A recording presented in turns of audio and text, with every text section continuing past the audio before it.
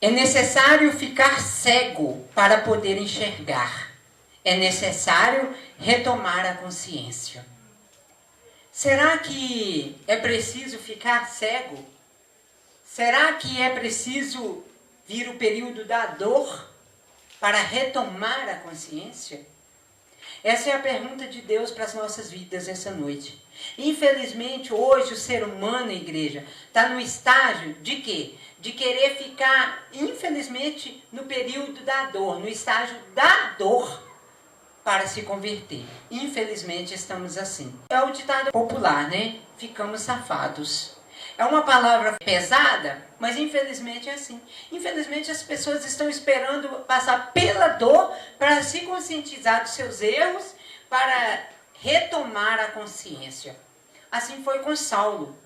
Amém? Um homem muito bem estudado, bem conhecedor, extremamente inteligente, mas era um homem muito cheio de si.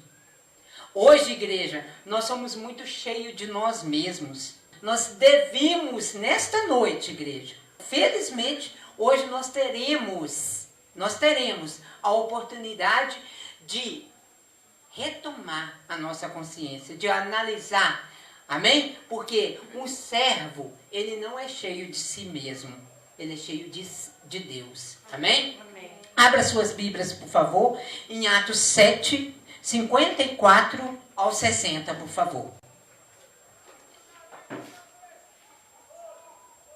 Amém? Amém. A morte de Estevão. Ouvindo ele isto, enfureciam-se no seu coração e rilhavam os dentes contra ele. Mas Estevão, cheio do Espírito Santo, fitou os olhos no céu e viu a glória de Deus e Jesus que estava à sua direita. Aleluia. E disse: eis que vejo os céus abertos e o Filho do Homem em pé à destra de Deus. Eles, porém, chamando em alta voz, tamparam os ouvidos e unânimes arremeteram contra ele. É normal, né? No mundo de hoje. Infelizmente, as pessoas tampam os ouvidos para não escutar a verdade, para não ouvir o que Deus tem a dizer. E lançando-o fora da cidade, apedrejaram. As testemunhas deixaram suas vestes aos pés de um jovem chamado Saulo. E apedrejaram Estevão, que invocavam e dizia: Senhor Jesus, recebe o meu espírito. Então, ajoelhando-se, clamou em alta voz: Senhor, não me imputes este pecado. Com essas palavras, adormeceu, e Saulo consentia com sua morte. Igreja, conclusão, deixa eu falar uma coisa com vocês. Saulo, ele era um homem extremamente mau. Ele perseguia os cristãos. Inclusive, ele consentiu com a morte de quem? De Estevão, um grande homem de Deus, de forma bruta, apedrejado. Enfim, igreja, era um homem muito cheio de si, duro de coração. Este era Saulo. Vamos conhecer mais um pouco de Saulo? Agora, Atos 8, do 1 ao 3. Naquele dia, levantou-se grande perseguição contra a igreja em Jerusalém. E todos, exceto os apóstolos, foram dispersos pelas regiões da Judéia e Samaria. Alguns homens piedosos sepultaram Estevão e fizeram grande pranto sobre ele. Saulo, porém, assolava a igreja, entrando pelas casas e arrastando homens e mulheres, encerrava-os no cárcere. Ou seja, igreja, era um perseguidor do evangelho. Era um homem que perseguia os cristãos. Era um homem que literalmente, igreja, assolava a igreja. Então esse homem, igreja, era um homem que não fazia nada, não contribuía para a obra de Deus. Pelo contrário, ele perseguia os cristãos. Igreja, daqui a pouco vocês vão conhecer mais de Saulo. Vocês vão entender o porquê este homem era assim. Ele era por natureza ou ele foi instruído? Esta é a pergunta. Vamos ler agora Atos 9, do 1 ao 19, para nós entendermos. Amém? Aleluia. Saulo, respirando ainda ameaças e morte contra os discípulos do Senhor, dirigiu-se ao sumo sacerdote e lhe pediu cartas para as sinagogas de Damasco, a fim de que, caso achassem alguns que eram do caminho, assim homens como mulheres, os levasse preso para Jerusalém. Seguindo ele estrada fora, ao aproximar-se de Damasco, subitamente uma luz do céu brilhou ao seu redor. Amém. E caindo por terra, ouviu uma voz que lhe dizia: Saulo, Saulo, por que me persegues? Espera aqui. Saulo estava perseguindo, era Deus? Era Jesus? Era. O Davi falou que não. Porque, na verdade, de certa forma, não. Eram os homens. Então, perseguiu homens de Deus, perseguiu a Deus. Perseguiu o cristão, perseguiu a Deus. Perseguiu a você, perseguiu a Deus. Tocou em você, tocou em Deus. Aleluia. Ele perguntou: quem és tu, Senhor? A resposta foi: eu sou Jesus, a quem tu persegues. Concluindo aquela passagem lá de Mateus, do grande julgamento.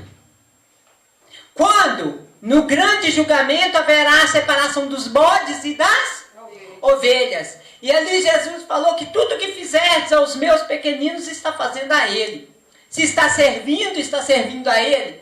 Se está perseguindo a ele. A Bíblia fala: não maltratei os meus ungidos. Não toque no ungido do Senhor. Não fere o ungido do Senhor. E a pior forma de atacar, de ferir o ungido do Senhor, é aqui, ó, é no coração. Mas levanta-te e entra na cidade, onde te dirão o que te convém fazer. Os seus companheiros de viagem pararam imudecidos ouvindo a voz, não vendo contudo ninguém. Então se levantou Saulo da terra e, abrindo os olhos, nada podia ver. E guiando-o pela mão, levaram-no para Damasco. Porque ele saiu ali na intenção de quê?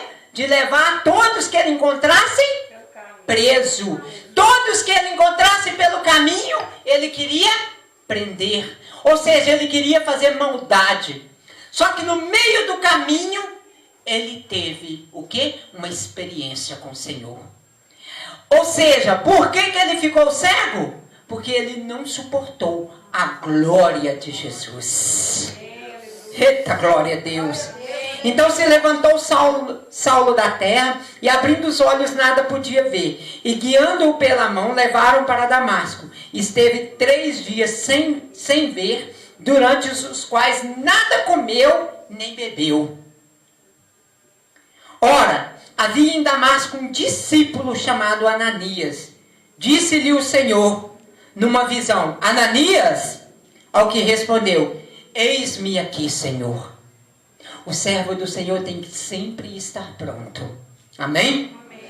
Então o Senhor lhe ordenou: dispõe-te e vai à rua que se chama Direita, e na casa de Judas procura por Saulo, apelidado de Tarso, pois ele está orando. E viu entrar um homem chamado Ananias, impor-lhes a mão para que recuperas a vista. Ananias, porém, respondeu: Senhor, de muito tenho ouvido a respeito desse homem. Quantos males tem feito aos seus santos em Jerusalém? Igreja, fazer mal aos servos de Deus está fazendo mal aos santos. Amém? E para aqui trouxe autorização dos principais sacerdotes para prender a todos os que invocaram o seu nome. Mas o Senhor lhe disse: vai, porque este é para mim um instrumento escolhido para levar o meu nome perante os gentios. Eita glória! E reis, bem como perante os filhos de Israel. Ninguém é totalmente nada para Deus. Sabe por quê, igreja? Deus, ele vê aquele que ninguém vê como prestável, mas ele vê como útil para ele. Então, igreja, Saulo, ele era um homem que matava, que perseguia, mas para Deus, ele tinha um valor. Deus, ele sabe usar o que é imprestável como útil. Ele faz o inútil ser útil. Amém. Basta você querer. Amém? O seu pior inimigo é você mesmo. Amém? Pois eu lhe mostrarei quanto lhe importa sofrer pelo meu nome. Eita glória. Ah, ele vai saber, né? Então Ananias foi e, entrando na casa, impôs sobre ele as mãos, dizendo: Saulo, irmão, o Senhor me enviou a saber, o próprio Jesus, que te apareceu no caminho para onde vinhas, para que recuperes a vista e fica cheio do Espírito Santo. Eita, glória a Deus! Amém, Jesus. Aonde operava o pecado, superabundou a glória de Deus. Imediatamente lhe caíram dos olhos como que umas escamas, e tornou a ver. A seguir, levantou-se e foi batizado. Ou seja, igreja, a necessidade do batismo. Amém? Eita, glória a Deus. O Senhor merece aplausos. Amém? Em nome de Jesus Cristo. Amém? Colocação contraditória. Vamos conhecer? Porém, vamos analisar os fatos da vida de um espelho de Cristo. O apóstolo para as nações, Paulo. Esse homem, igreja, ele se tornou o espelho de Cristo. Depois que as escamas caíram, é necessário retomar a consciência. Amém? Amém. Escritor de 14 livros bíblicos, vaso de honra e fiel irmão de Jesus. Porém, nem sempre foi assim. Paulo, que ainda usava o nome de Saulo, nascido em Tarso, principal cidade da província romana da Sicília, que, entre outras coisas, tinha uma forte indústria de tecidos de linho, usados para a fabricação de tendas. Mas sua grande fama vinha de seu excelente porto, situado estrategicamente entre as melhores rotas comerciais do mundo da época.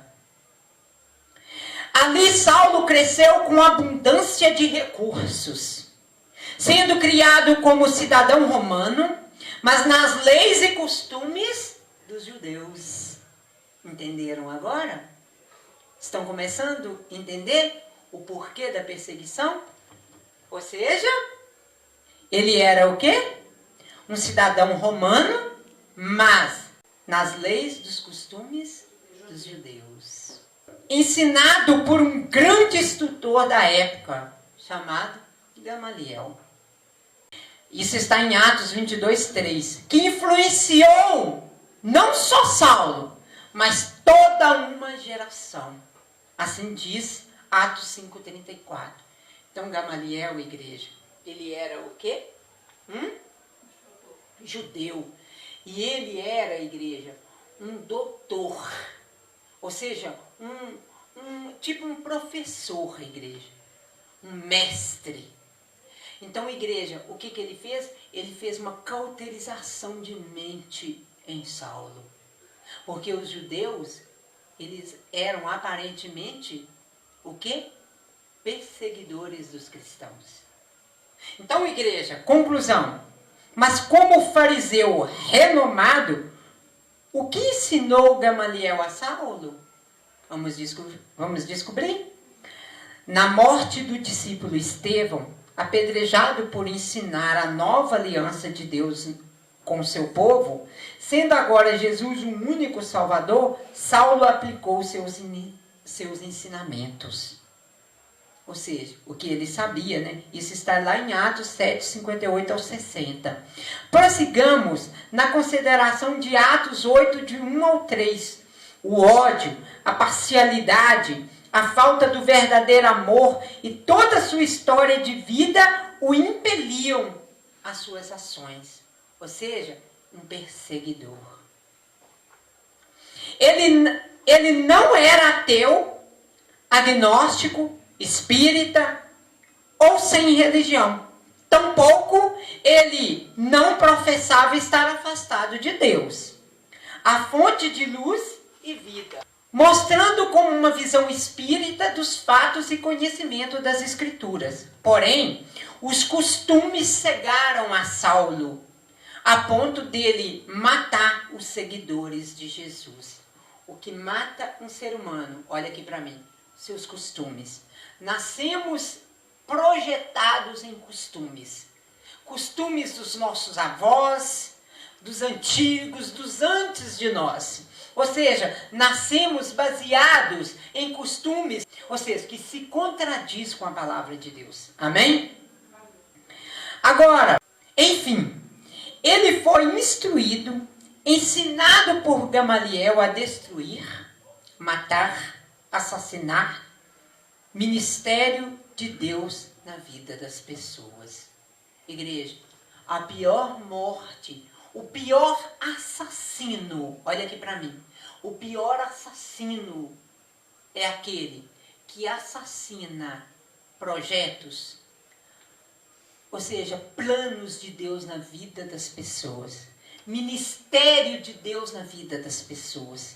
Infelizmente, igreja, quantas pessoas são assim? Não faz nada e perseguem quem faz.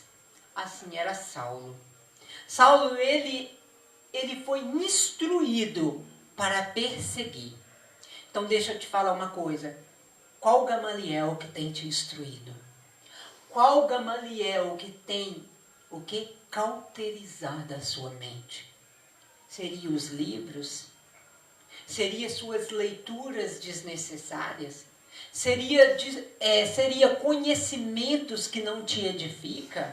Seria sua curiosidade excessiva a coisas que não edificam? Nem sempre o muito conhecimento edifica. Nem sempre. Sim, Saulo estava cego no espírito. Em Atos 9, 1 e 2, quando Saulo encontrou-se com o Senhor Jesus, respirava assassínio. E só foi retornar de suas ações ao ficar literalmente cego. Pela glória de Jesus Cristo, e durante 3 dias teve tempo de refletir em sua vida, ações, e meditou o que faltava em sua vida. Ao ver restaurado sua visão, Saulo pôde ver o que lhe faltava. Era reconhecer a Jesus como Salvador, não filosofias, religiões e modismo de movimentos humanos. Ei, nada disso edificou Saulo. Mas ele se viu na necessidade de quê? De aceitar Jesus como Salvador. É necessário fazer um concerto com o Senhor nesta noite. Amém? Amém? Enfim, igreja, há momentos que nós precisamos retomar a nossa consciência. Este é o momento em que Saulo chegou. Qual foi o propósito de Deus? Qual foi o propósito de Jesus, com a sua glória, colocar Saulo cego? É para que ele retomasse a sua consciência. Na verdade, igreja, tem momentos nas nossas vidas que Deus permite certas situações, é para que nós retomamos a nossa consciência. Muitas das vezes nós passamos por perdas. Saulo, ele passou por uma perda de visão. Talvez você passe por outras perdas na sua vida. Perda daquilo que verdadeiramente é especial para você, daquilo que é útil para você. Mas o que aconteceu? Ali Deus tem um propósito. Com isso, Deus tem um propósito nas nossas perdas, para que nós reconhecemos, para que nós retomamos a nossa consciência e reconheça que é necessário fazer um conserto. Amém? Agora Saulo passa a usar o nome latino de Paulo, que tem o significado pequeno, porque ele se sentia muito grande. Ei, você não se torna grande por conhecer demais, por às vezes estudar demais. Toma cuidado.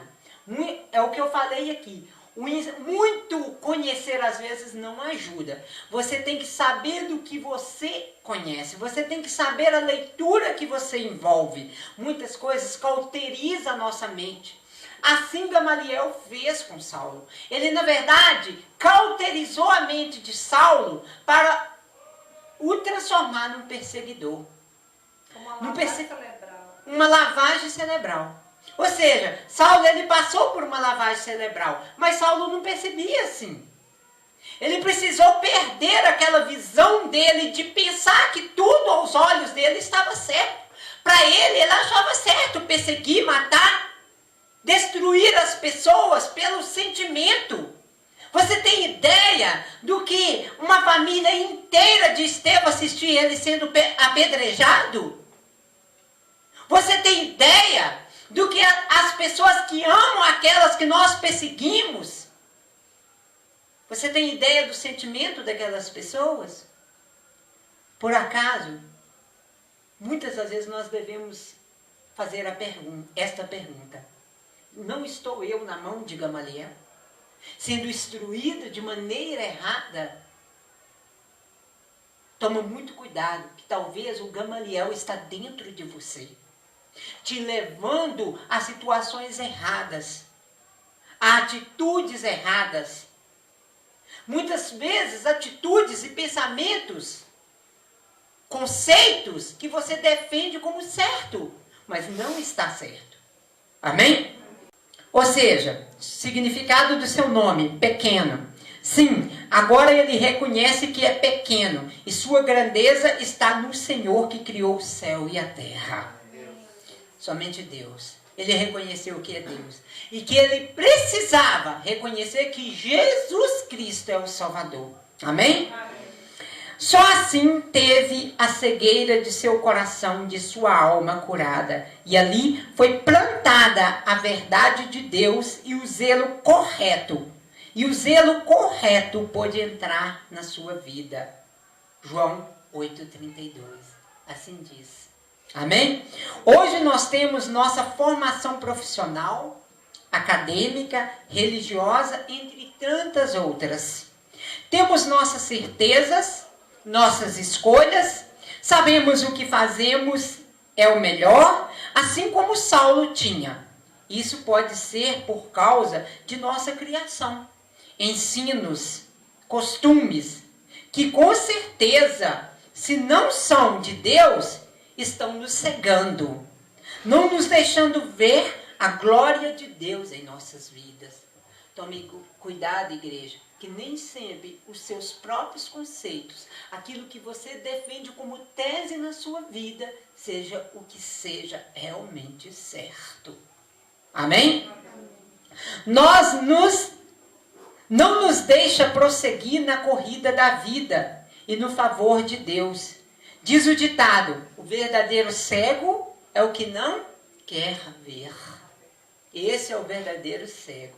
É aquele que não quer ver que está errado. Às vezes, ou seja, se enche do seu próprio orgulho, de não querer admitir seu erro diante de alguém, diante das pessoas. A maior virtude do ser humano não está somente em reconhecer seu erro, mas em corrigi-lo, retomá-lo, ou seja, fazer novamente de maneira certa. Amém? Os seguidores de Cristo dizem, o verdadeiro cego é quem não enxerga a glória de Deus. É assim que nós cristãos devemos ver. O verdadeiro cego é aquele que não enxerga a glória de Deus. Você precisa reconhecer que Deus é único na sua vida. Que tudo se baseia numa só situação. Deus é o Criador e Jesus Cristo é o Salvador. Amém? Podemos tirar grande proveito da conversão, mudança de direção de Paulo para as nossas vidas. Algumas delas são, vamos tirar alguns proveitos? Alguns desses proveitos são, primeiro, nosso meio, de onde viemos, influencia grandemente nossa vida, mas é possível mudar para melhor. Segundo, ter uma religião, crença ou apenas acreditar em um ser supremo não basta. Paulo era versado na lei e ainda assim teve que ficar cego para poder enxergar a glória de Deus e mudar o rumo de sua vida, convertendo-se, fazendo o quê? Aceitando Jesus Cristo como seu único e suficiente Salvador. Terceiro, Deus não escolhe os capacitados, capacita os escolhidos.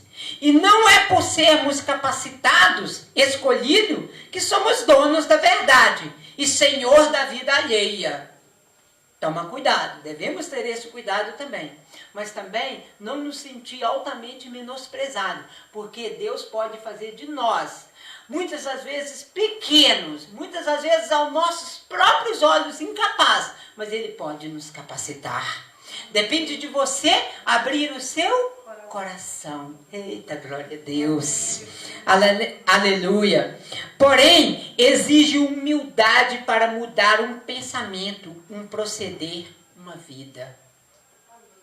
O que você precisa ter? Humildade de reconhecer. Eu errei. Eu não sou dono da verdade, Senhor. Coragem. Paulo teve a intervenção de Jesus em sua vida e mudou. O mesmo Jesus está conosco todos os dias para nos ajudar a mudar. Mateus 28, 20, né? Não estamos sozinhos, basta deixarmos Ele agir em nossas vidas. Amém. Lemos ainda em Atos dos Apóstolos 9, 15 e 16, sim, Jesus está dizendo, vocês são vasos escolhidos por Ele.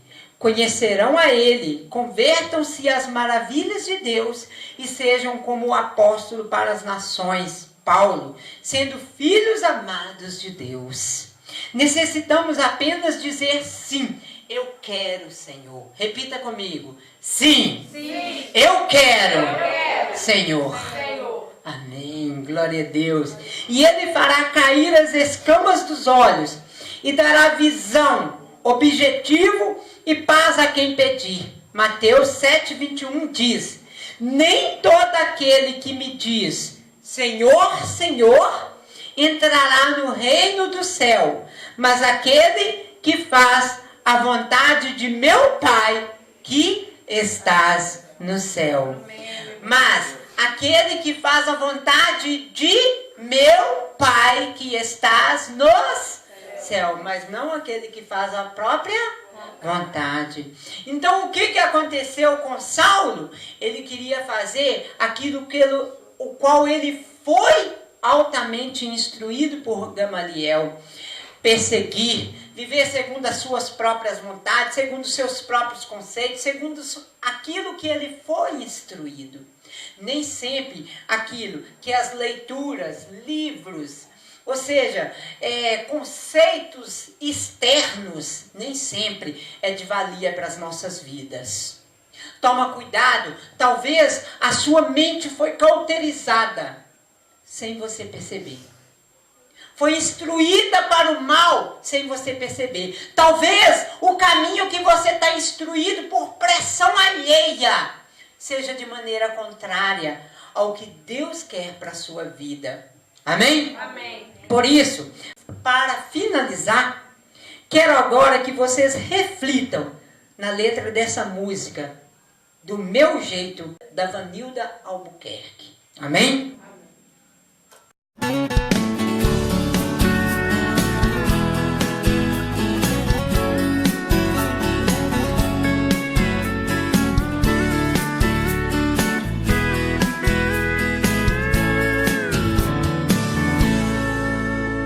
Eu pensava que sabia viver, caminhar sozinho.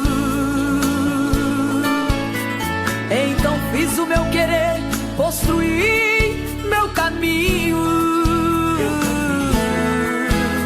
Pois vieram as pedras, se cansaram minhas pernas, fracassei. Então da história do Saulo e do Paulo me lembrei. Então da história do Saulo e do Paulo me lembrei. Veio a luz de Deus e me fez retomar a consciência. Tirou o meu egoísmo, deixei de viver de aparências. Coração amarelo sem vida avermelhou. Cristo injetou em minhas veias seu sangue e me transformou. Cristo injetou em minhas veias seu sangue e me transformou. Tentar viver de outro jeito não dá, não vale a pena. Quem vive longe de Deus vive só de aparência. Quem diz que é feliz do seu jeito não conhece a felicidade. Não sabe o que é sentir no seu peito amor de verdade.